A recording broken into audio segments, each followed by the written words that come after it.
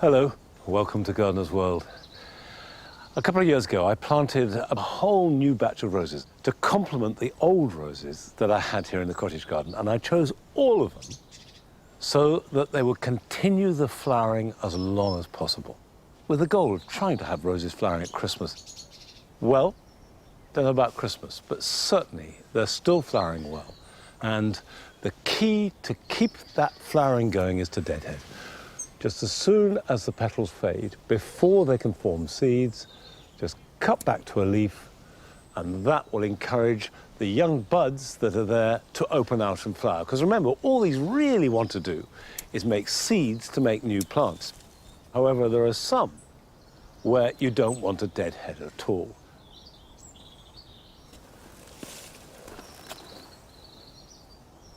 Now, look at this. This is Rosa rugosa alba. The alba refers to the white flowers, which look fantastic in late May through to early July. But I stopped deadheading this towards the end of June because I want the rose hips, the fruits, to develop. And you can see here are the fruit, looking like little tomatoes. And if you take one off and open it up, you'll find that inside it's full of seeds. But of course they look so decorative. And there are plenty of roses actually that do have really good hips. You have Rosa moysii that I've got in the grass borders with bottle-shaped hips. I've got complicata here in the cottage garden, which has a mass of hips looking like berries. Lots of different types of hips, all really decorative. So if you know that the rose hips are good, don't deadhead, give them a chance. But most roses are grown for their flowers. So deadhead assiduously, keep the flowers going, and see how long they can last. Now, coming up on today's programme. It's the perfect time to plan next year's borders. Carol finds inspiration from a beautiful garden. I've come to RHS Rosemoor in Devon. I want to find out how, by combining all sorts of plants, grasses, bulbs, perennials, annuals, shrubs and trees, they create all sorts of beautiful borders. I think most of us would agree that urban planting is not always very inspired. But we visit a project in Manchester with some creative ideas to change that. This area in particular is one of our biggest hives of activity for wildlife. The bumblebees, solitary bees, lacewings, lots of cool stuff in here. Dragonflies, we get everything you can imagine down here. Gertrude Jekyll is one of the most influential 20th century British garden designers, and Advolly is visiting one of her finest surviving creations. To walk through a Jekyll garden in June is to step into a slice of heaven. And if you're looking for ideas to extend the interest of your autumn garden, we visit one that is packed with autumnal colour. It's a full head of flowers, so each stem has a great mass of flowers. Look at that one, for example. It's just a great wodge on the top of here.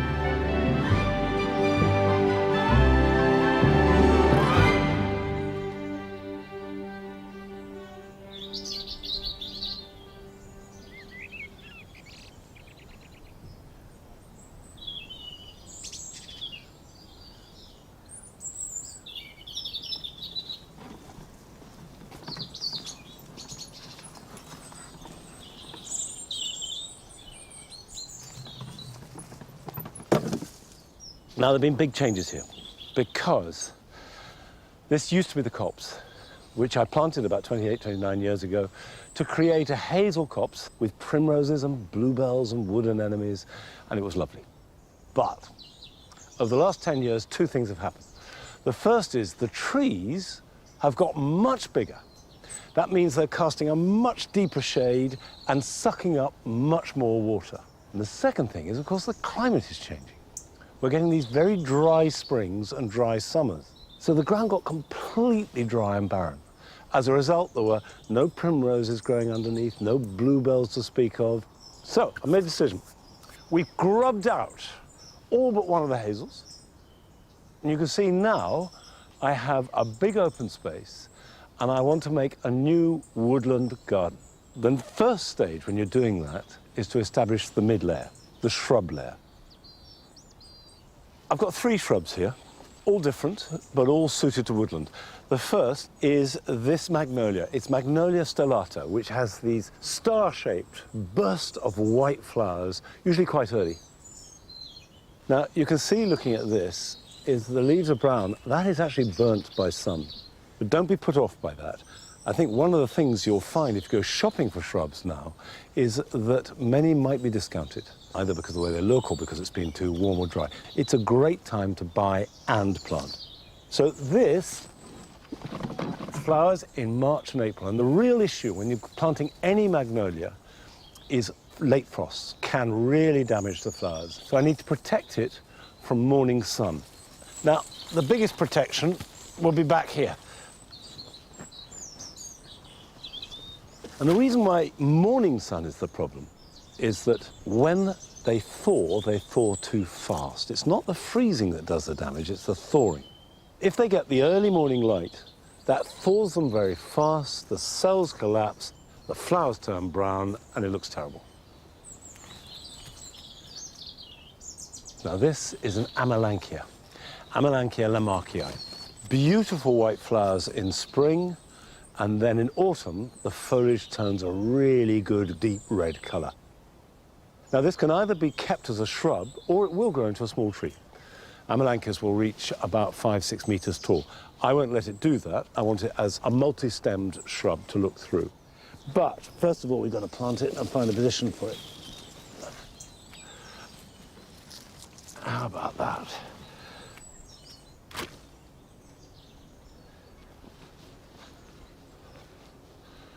And then just checking it that way.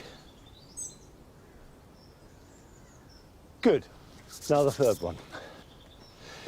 This is Viburnum opulus, the Guelder rose. Very common, very robust, absolutely perfect because you have these white flowers in spring and summer, followed by intense red berries that the birds love. All these shrubs, by the way, will cope with full sun and quite a lot of shade. So they're completely happy in the half shade of deciduous woodland. And just remember, it's deciduous. If you've got lots of pines and ferns, these are not going to thrive because it's too dark all year round.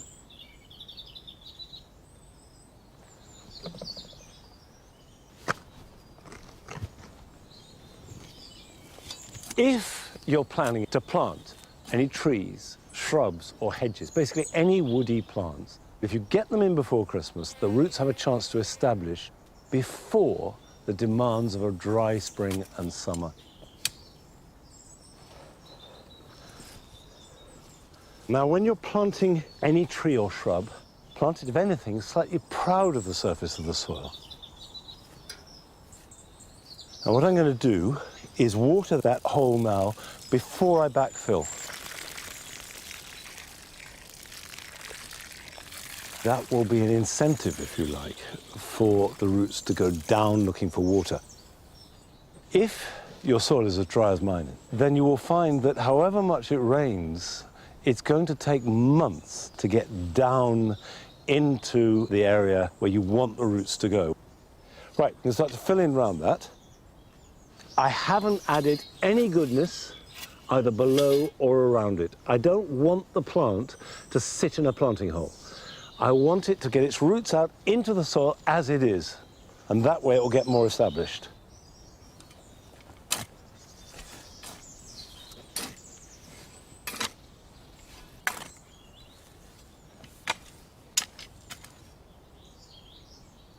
Let's heel it in like this. Right, a little bit more water.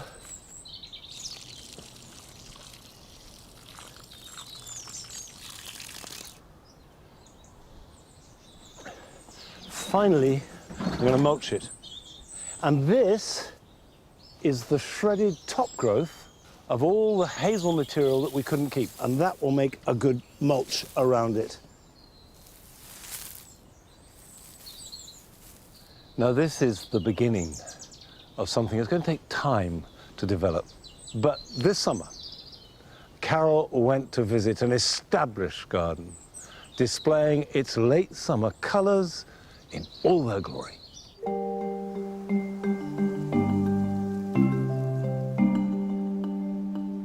I've come to RHS Rosemoor in Devon. With acres and acres of beautiful gardens, plants and borders, this place is a gardener's dream, and I'm here to delve deeper.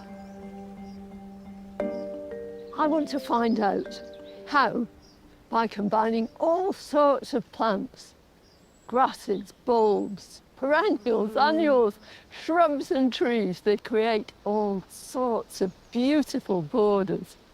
And in particular, I want to find out how that planting can create different moods. This is the cool garden. It's tranquil and serene. And the mood is established by the water that runs right the way through it. But then that mood is emphasised by the planting.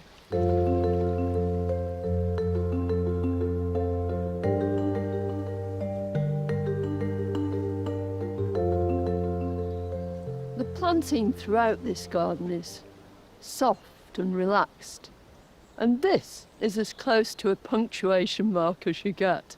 At first I thought it was box. It's not. It's a variegated pittosporum, and it's used all around the garden to mark the ends of some of these beds.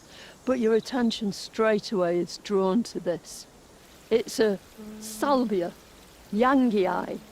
It will die right down in the winter and it'll probably be cut hard back, then it'll spring up again.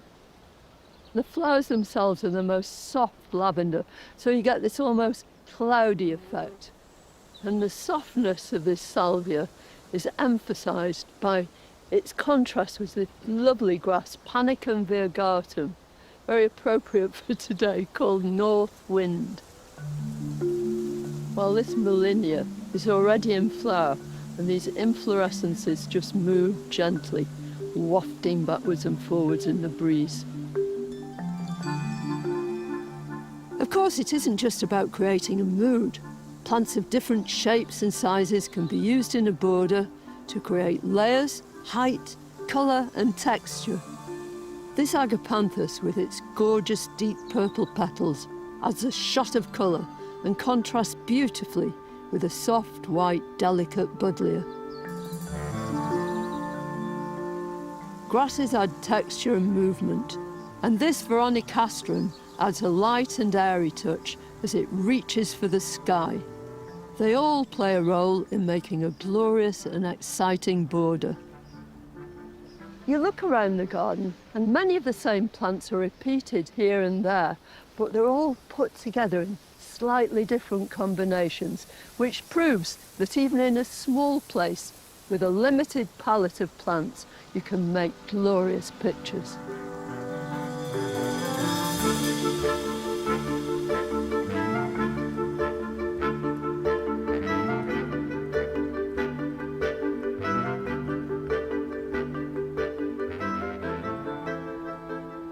No prizes for guessing where we are now. This is the hot garden. It could not be more different from the cool garden. Everything here is sizzling, glowing. This glorious selenium is Sahin's early flower, and it's surely got every fiery colour imaginable within its petals.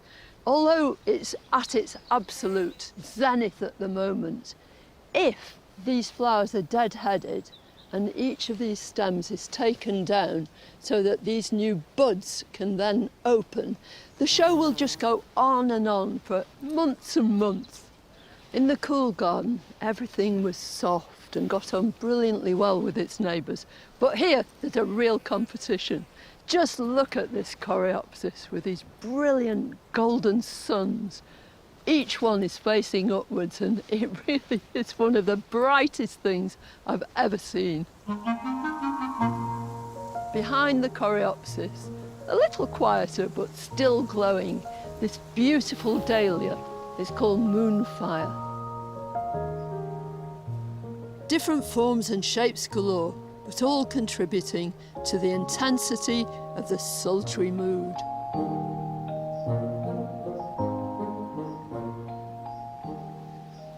The hot garden is at its peak at this time of year. Certain plant families also are really shining forth One of them is the crocosmias. This has to be my favourite. I yearn for this plant. I've lost it in my own garden and I want it back. It's called Star of the East and it's got a far, far bigger flower than any of the other crocosmias. If you want your crocosmias to maintain their brilliant performance, then every couple of years, wait till the leaves have subsided, dig up the whole clump. You'll find a series of corms, one on top of the other, and it's the top one which is really going to give you the best flower. So replant, having enriched the area they're going into with some really good compost or other organic matter, and that way they should reward you with a fine show for the next couple of years.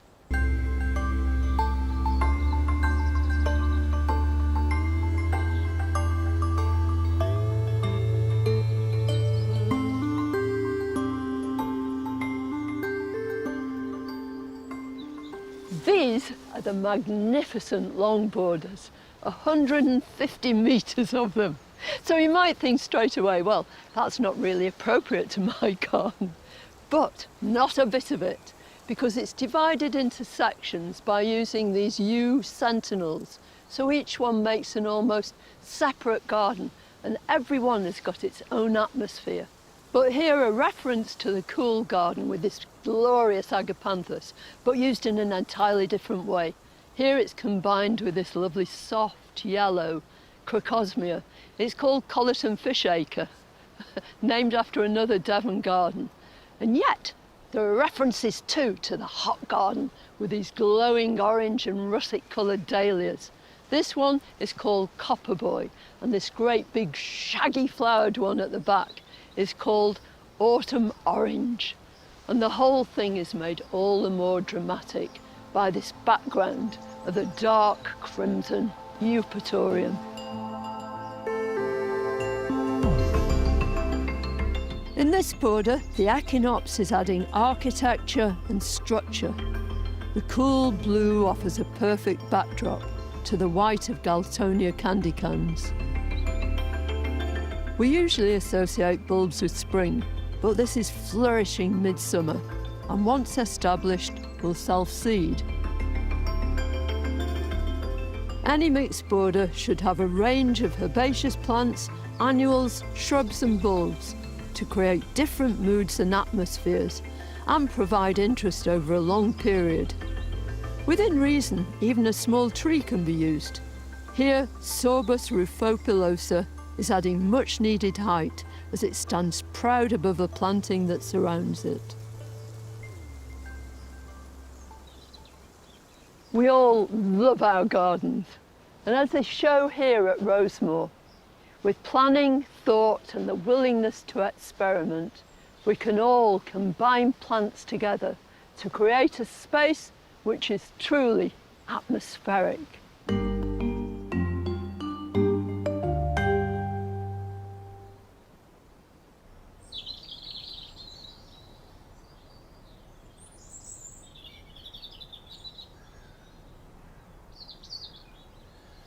The lesson I get from that is that you always need to edit colour in your garden. It doesn't matter if it's in a pot or in a border or wherever.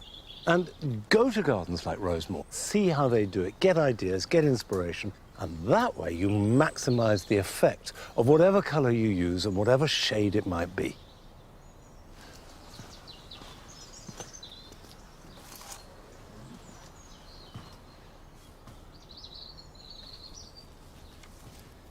Every year, I take the tulips that I've grown in pots and then store them in crates, throwing away the tiniest ones and keeping the biggest ones. Now this year, there are quite a lot of big ones. And these are all destined for long grass. Anywhere where we can mingle them in with bulbs of all kinds to make what we call a tame flower meadow.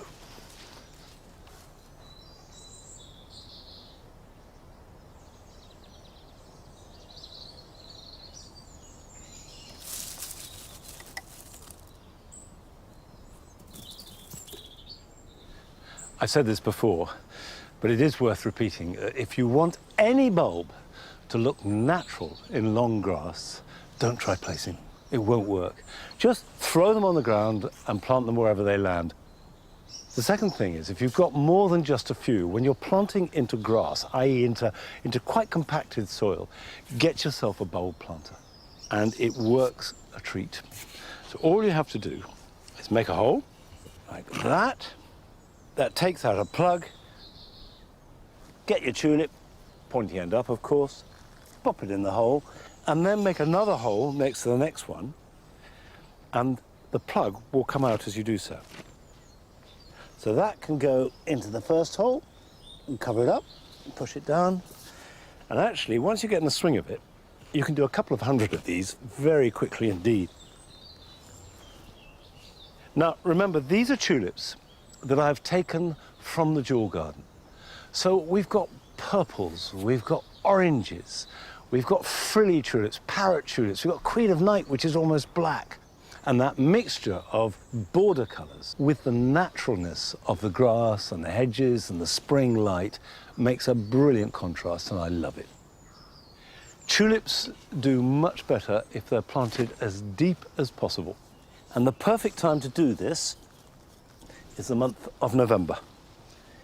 But don't worry if you can't do it till December. And the reason why you plant tulips later than most bulbs is because there is a fungus called tulip fire, which can rot the bulb. The best way to avoid that is to put them in after some cold weather. Now, this summer, we went to Manchester to visit a project which is specifically reclaiming some of those slightly dull public spaces that no one seems to love very much, and imbuing them with real creativity and love.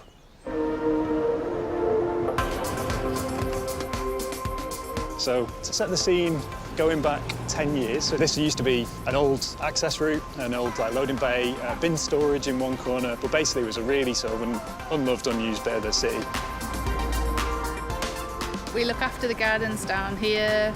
We've got a small team with a bunch of volunteers.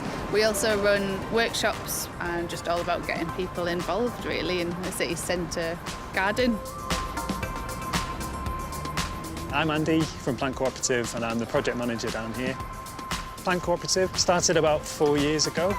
The estate that was managed here traditionally had a normal maintenance contract, so it was once a month. 2 people would arrive, they'd spray, mow, strim, those kind of things. But it was very much maintenance-heavy approach and very much low-maintenance approach. I'm Liz and I'm head gardener. A lot of the initial stuff we did when we started was a lot of transformative. A lot of it was kind of very neglected, overgrown hedging that hadn't been maintained and was just not a good version of green space. So even these standalone planters, they were with yew put in them. So just a single species hedge popped into standalone planters, which can be so much more. Our big problem with it is that, one, for biodiversity, not that great, it's quite limited, but also from a participation point of view. People can't get involved in a hedge. So we sort of gradually over time adapted those areas, diversified the planting, which is a big one. And the more we've done that, the more it's become a garden. We know the benefits to well-being of gardening, and particularly in grey city spaces, that there's a lack of places for people to interact with.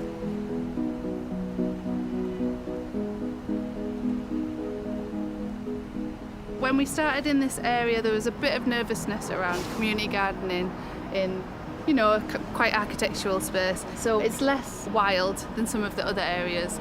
And actually it's quite a diverse mix of plants, and there is a lot for people to still engage with. The honeysuckle has gone berserk. Look at that. Like a waterfall, really cool.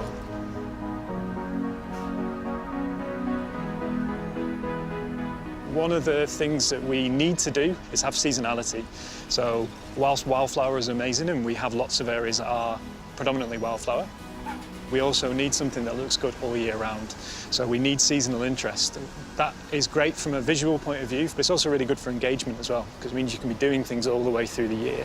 We don't want to have a period of time where after June, July, we go into sort of the end of summer and then we lose all of our volunteers because there's nothing for them to do.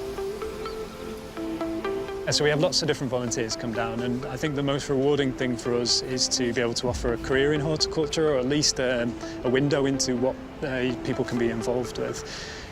Really lacking in city centres is an opportunity to study horticulture or to do any sort of meaningful apprenticeship scheme. I'm Rachel. I am the apprentice here. I have been since November, and I am on the RAG scheme, so Work and Retrain as a Gardener scheme. And I'm here 2 days a week, learning by doing, really. There we go. Some of these grasses can probably be cut back now they've started to come through as well, Gary. Yeah. Gary officially joined us almost a year ago. About a year ago now. I used to be a toy shop manager. I spent 14 years doing toy retailer. But when I started doing this, I knew that I wanted to do something different. I knew I wanted to be outdoors, enjoying being in nature, which probably at the time I thought was quite difficult to do in Manchester. You know, the city centre doesn't really lend itself, but with Plant Cooperative and what we do, it does, it really does. It just shows you that with small spaces, you can bring nature into the city.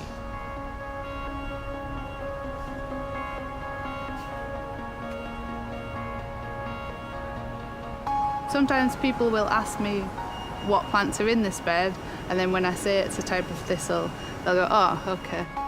And I know some of them will dominate and take over, but we wanted to sort of take the approach of having a bit of control over that and just celebrating the thistle, basically, and all its wonderful goodness. We don't garden for wildlife necessarily. It's just good gardening practice leads to an increase in wildlife.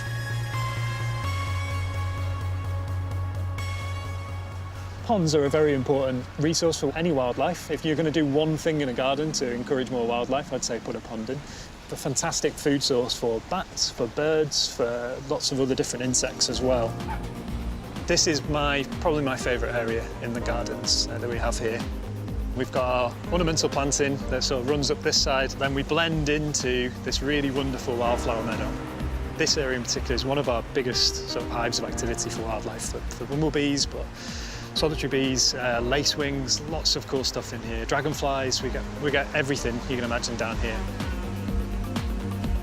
Had this wonderful moment where somebody who was staunchly really sort of not against what we did, but maybe the messages hadn't quite come through, or there was a little bit of confusion around it. I then saw this person doing a tour of the gardens, really sort of championing the work we do, and I overheard him say, oh, the nettles over there, don't worry about those, they're actually for the butterfly caterpillars, they're going to be eating them as a food source. I just thought, our work here is done. This is a really important thing because these people are the people who make decisions around how public space is managed. If you can get people who are the key decision makers to really care about wildlife, to really care about their duty and their responsibility to that wildlife, such as not using herbicides and pesticides, it makes a huge difference. The green space itself has been here. It's the nature of it that's changed, because it gradually becomes more unique and more biodiverse and more varied. And we're gradually taking away the sort of low maintenance planting and replacing that slowly with things that you wouldn't normally see in a city. And it's really exciting to be part of that gradual shift and be putting in things that, you know, I've never even seen before, let alone in a city centre. It's really exciting.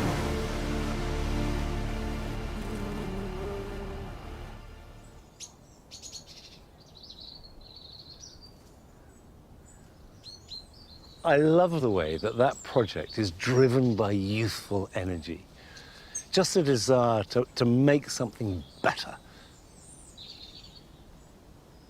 Now, my guess is that not many of you will have this fruit tree in your gardens. It's a medlar. And medlars are not terribly popular as a fruit, whereas in Victorian times and medieval times, they were very popular. And they're very curious because you pick them and they're hard, rather like quinces. And you store them, and they used to be stored in sawdust, and they blet. And that's a polite way, really, of saying they rot a little. And that ripening process softens the flesh. And the Victorians loved nothing better than to sort of scoop out the inside with a spoon, mix it up with a bit of cream and sugar, and eat it with huge relish, accompanied by a glass of good port. But even if that isn't your idea of a good pudding, you can make really good jelly from them, just as you would quince or crabapple jelly. But as a garden tree, they're wonderful, particularly for a small garden. They have wonderful blossom, remember the rose family, white flowers in spring, and if all that wasn't enough to make you rush out and plant a medlar, brilliant autumn colour. These will turn almost dark red before they fall. So, 3 cheers for the medlar.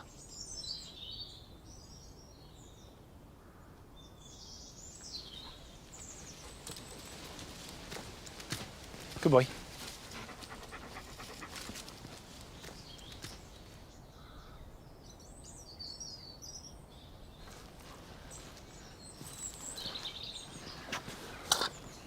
Now, the vegetable garden is actually looking pretty good.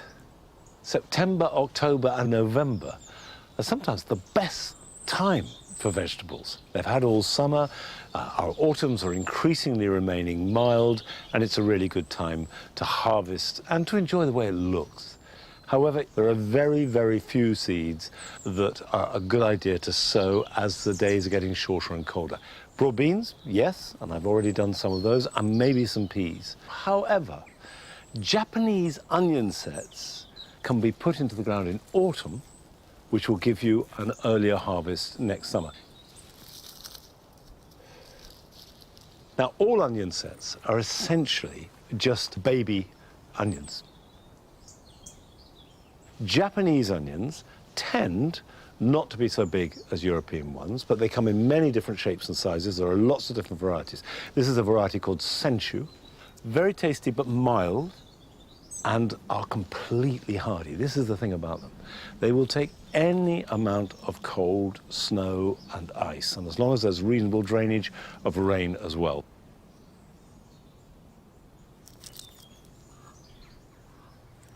Now, like all sets, you push them into the soil, pointy end up, so that their tops are sticking out. Now, I'm going to put these about 6 inches apart. Onions are very sensitive to competition, and if you have them in rows or grids, it means you can hoe in between them. Now, if your ground is too wet, these can be placed in plugs. Put each set into an individual plug, bury it half the way up in the soil so the top half is sticking out, and then you can plant them out where you want them early spring.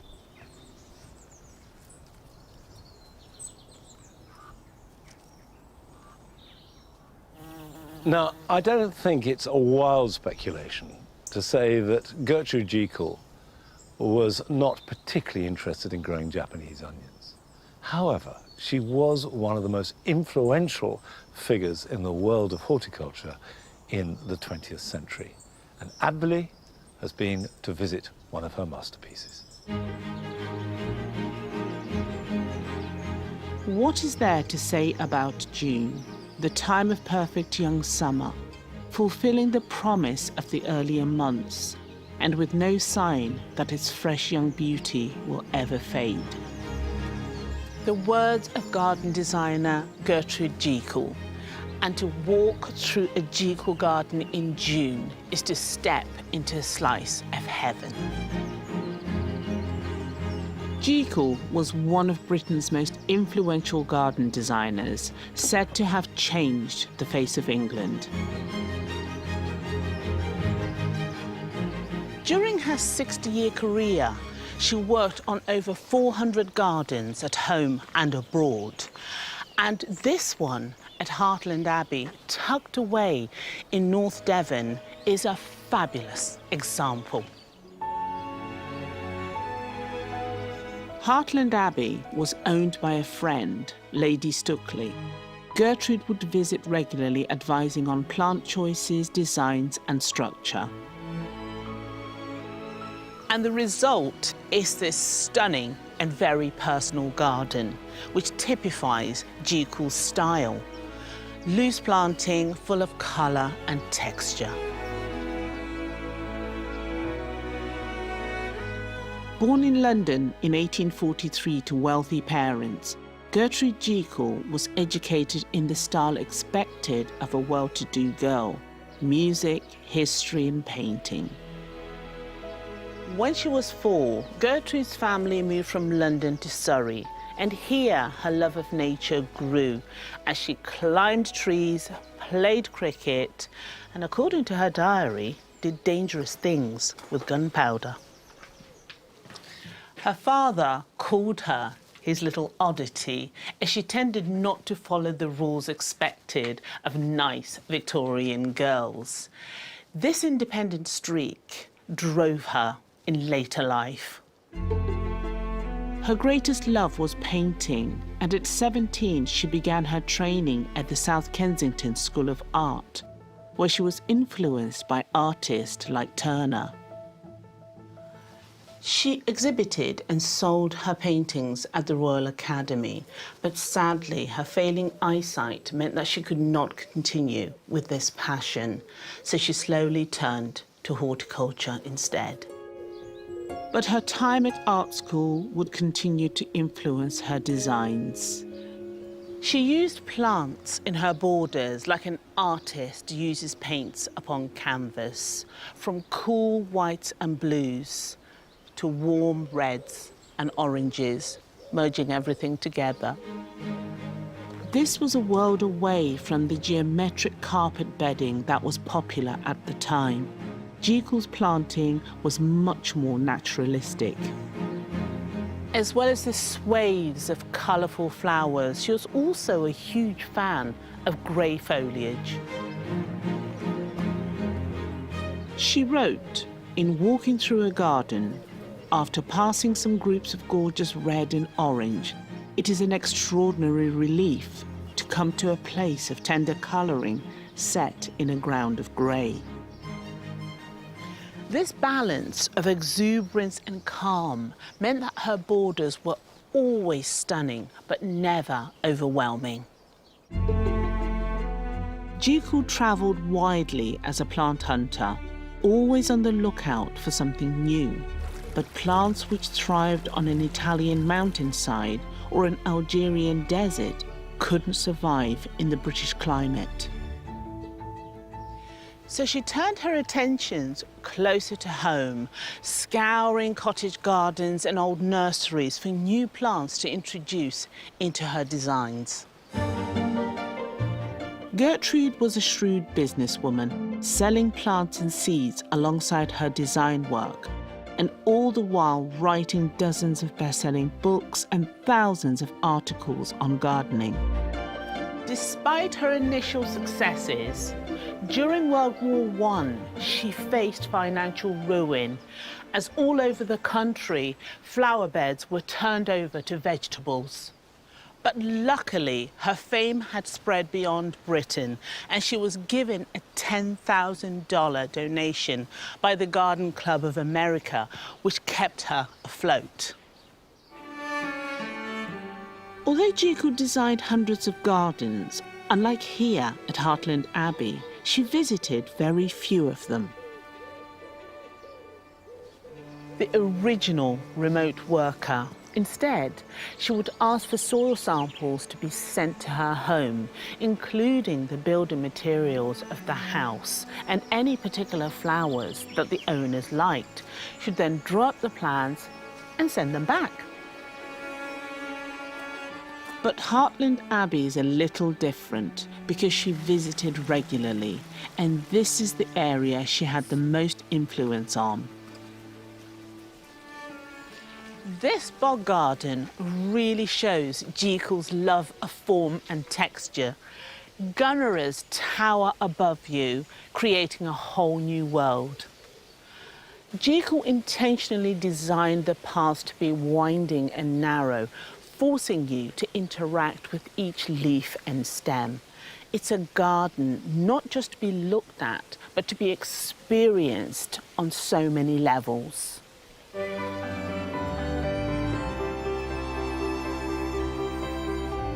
Gertrude Jekyll was an extraordinary woman. As well as writing, plant hunting and designing, she was an early lover of photography, which she used to capture her garden designs. Her range of garden projects were vast, from estates covering hundreds of acres to one of her earliest commissions, a window box for a factory lad in Rochdale. But the sad truth is that many of Gertrude Jekyll's gardens have now been lost. Over time, most have adapted to changing styles. Even here at Hartland Abbey, the gardens were once overgrown and have now been sensitively restored. But her influence and philosophy still remains, a belief in beauty through working with nature rather than seeking to control it. As Jekyll said herself, the love of gardening is a seed once sown, never dies. And looking round these gardens today, you can still feel her presence in every rambling rose, lush border, winding path and garden room. Gertrude Jekyll's love of gardening is still blooming.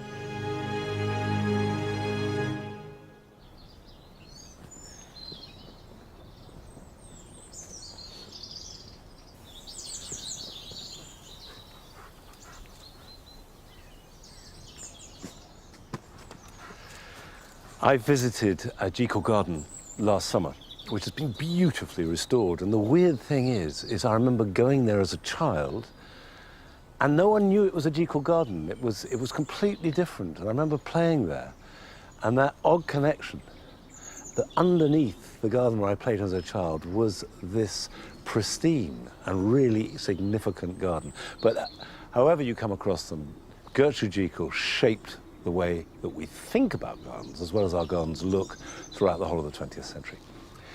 Now, what I have here is a euonymus, but better known as a spindle. And what distinguishes it are these extraordinary pink fruits, which then split to reveal bright orange seeds inside. Birds love it, it's beautiful, and I think this would be a really good addition to my new woodland garden. And rather than buy a plant, I'm going to take cuttings from this now. At this time of year, we're on that cusp between semi-ripe cuttings and hardwood cuttings. But as a rule, if a deciduous plant has still got its leaves on, it's semi-ripe. That means it will strike quicker, but it'll need a little bit more assistance. And what you're looking for is new growth like this, a nice new stem without fruit or flowers. So we'll take that and immediately pop it in a bag. The reason why you put it in the bag is very simple. It's to reduce the rate of transpiration.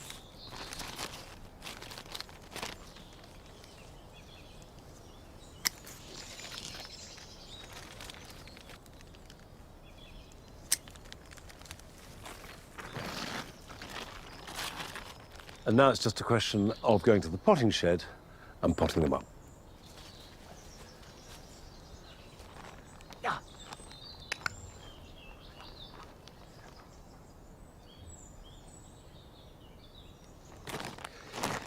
Because taking cuttings needs to be done quickly, it's a good idea to make sure you've got everything you need ready before you go out to take the cuttings. So I've got compost, which is very free draining. I've added grit and I've added perlite. I've got pots, I've got labels, I've got a sharp knife, absolutely essential. So now I can go ahead. So we will put compost in there. And I've got a deep pot because some of these are quite long. I've got my glasses, essential. Take one out at a time. And the first thing to do is to remove some leaves because the leaves are transpiring, which means that they're losing moisture, and that is what will kill the plant. Now the end here, it wants to be cut below a node. That's where a leaf comes from. So just below that is where the roots are most likely to form. And put it in the corner of the pot. One, because it dries out less quickly, because the plastic is holding the moisture. And two, because the outside is warmer and you need warmth for the roots to grow. Let's take another one.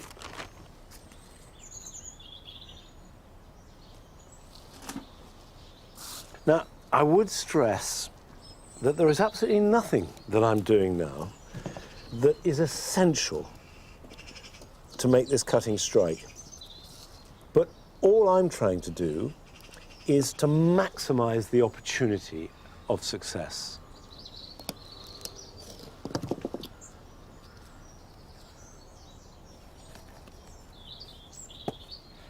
Now, this can go on a windowsill, but it does need to be kept moist.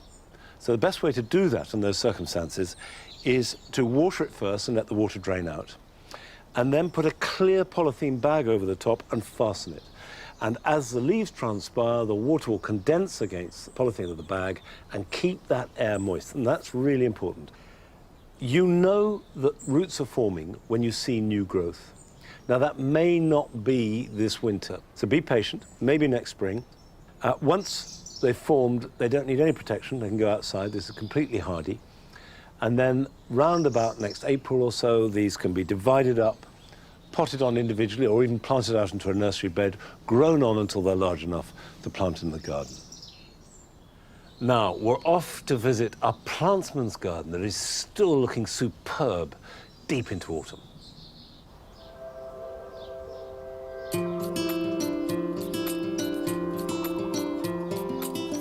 Having a garden that looks good in autumn, I think, is really useful because so many people have very little colour. Here, it's just evolved in a way that it's become so good in autumn. I've always wanted a fully flowery garden through the year, but just to have this great flush of flowers now is a real plus. I'm John Grimshaw. I'm a botanist and gardener, an editor and writer, and this is my garden here in North Yorkshire. The whole plot is less than 1/5 of an acre, and I would describe the garden as being a sort of plantsman's cottage garden.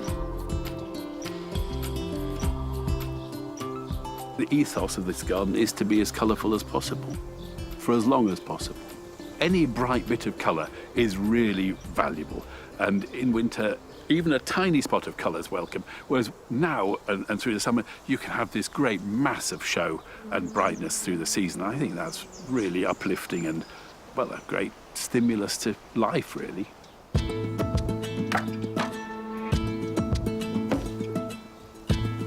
So this is Symphia trichum, formerly known as Aster Little Carlo, and I think it's one of the very best autumn Michaelmas daisies that there is.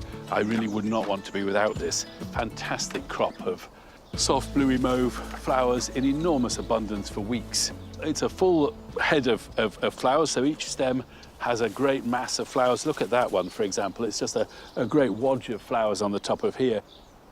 Just a really first-class garden plant.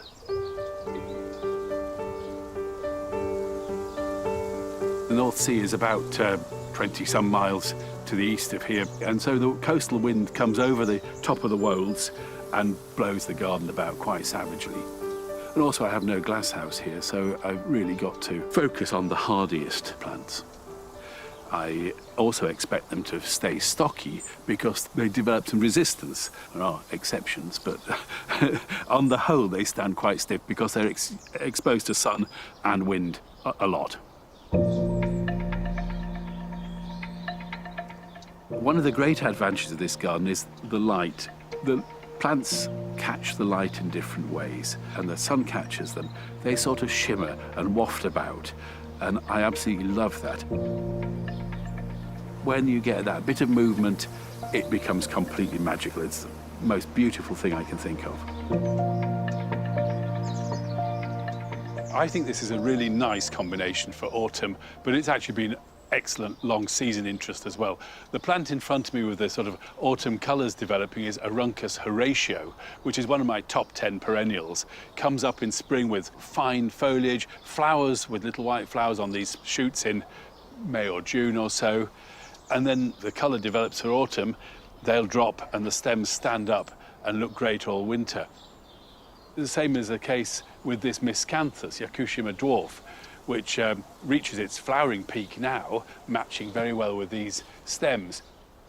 And this Solidago, called Dennis Strange, a goldenrod, adds so nicely to the grass and to the aruncus. It's a really lovely little trio, and I like planting things in trios that have maximum interest for as long as possible.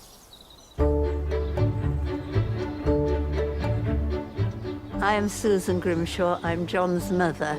His love of plants possibly has some origins in my own love of plants, and I'm very glad to have been able to pass on this love to him.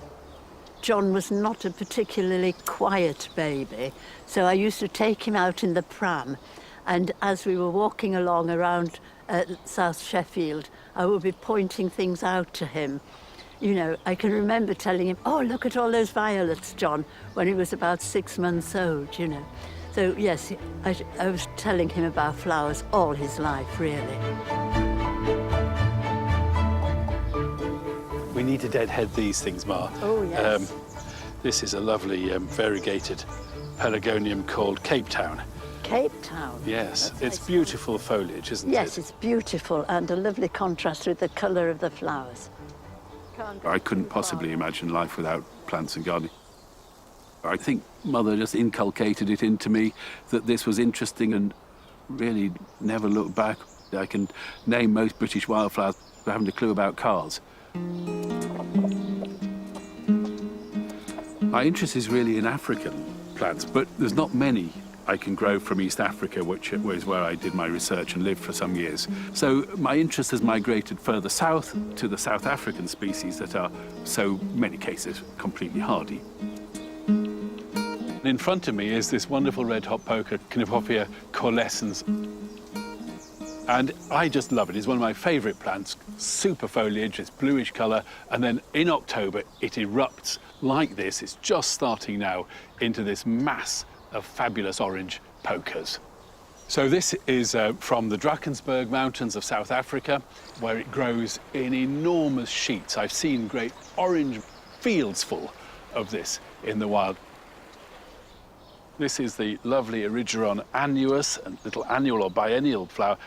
I have lots of this in the garden because it just self-sows, puts itself around. If I have too much, I weed it out, and it's such a dainty, elegant, airy sort of flower. And a spot of contrast is always good. This is a real favourite of mine. It's a little rowan, a white-berried rowan from China, Sorbus frutescens. And I think as a small shrub for any garden, this is ideal. It never gets to maybe more than, say, 2 meters, 7 feet or so. In 20, 25 years, you could easily shorten it if you needed to. But it does this every single year. Huge bunches of really quite large, luscious white berries, which really fit in, to my mind, with all the rest of the autumn show around us. These euphorbia leaves and things here. I think it looks really fantastic amongst that display. It's just a jolly handy small shrub. I'm a plantsman through and through. I couldn't imagine life without gardening. The feeling of actually accomplishing something. I can't draw or paint or anything like that, so this is my artistic creation, really. I really love colour in the garden. I think it's so important for cheering everybody up when most people's gardens are going off and looking a bit sad. I want it as long as possible, and why not?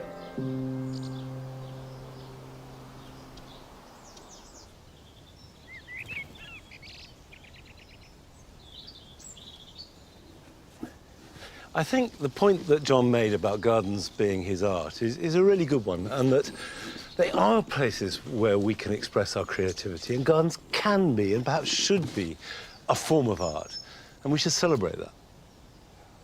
Now, on a purely practical level, the fruit this year has been outstanding. Best I can ever remember it in the 34 years we've been here. And nothing has been better than the figs. They have given us hundreds of ripe figs. They're all brown turkey, all delicious. We've been picking them since July. We've had jam, we've had them cooked, we've had them raw. But if you don't have any ripe figs by now, they will not ripen, because the tree has produced these to ripen in the new year, in January, February and March.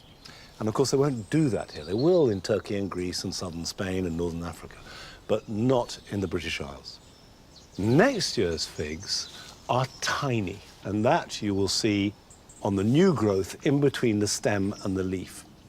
And that's what you want to look after. However, all these green figs are making demands on the tree. So conventional wisdom is that you take them all off, and that leaves the tree to put all its energy into next year's fruit. However, you may not have a fig, in which case, here are jobs for you this weekend.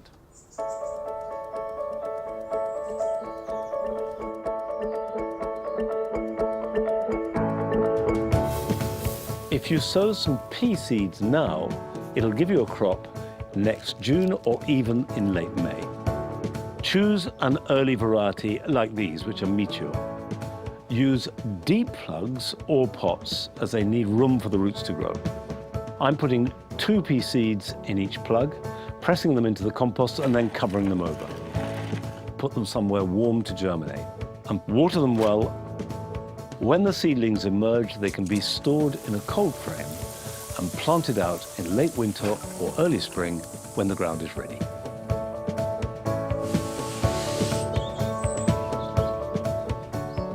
At this time of year, brick and stone paths can get dangerously slippery.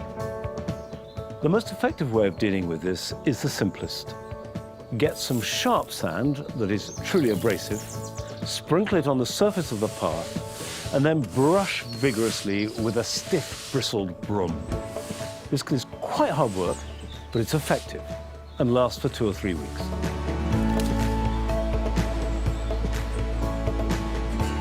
Don't leave the best apples on the tree, and these tend to be highest up. Pick them carefully. Take them in your hand and lift them, and they should come away if they're ripe. And then put rather than throw them into a basket. Store them in a cool, dark place, and they will be delicious for months to come.